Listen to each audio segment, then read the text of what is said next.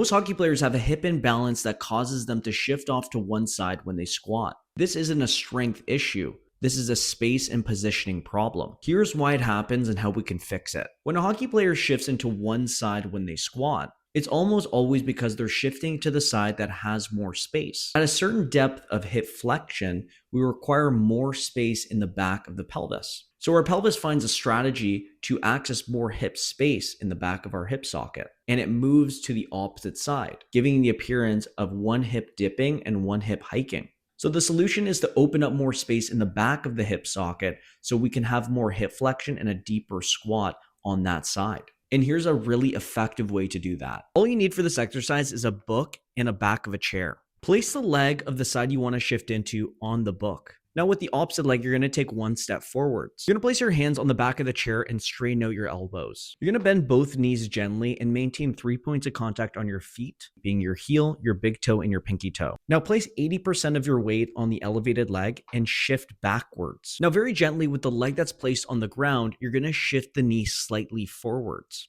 which helps you turn your pelvis to the elevated side. This will increase a stretch in the back of your hip on the elevated side. That is something that you should feel in this stretch. The quads working on the leg that's placed on the ground and some inner thigh engagement on the elevated leg. This is going to open up the back space of your hip to allow you to have a deeper squat going into that left side.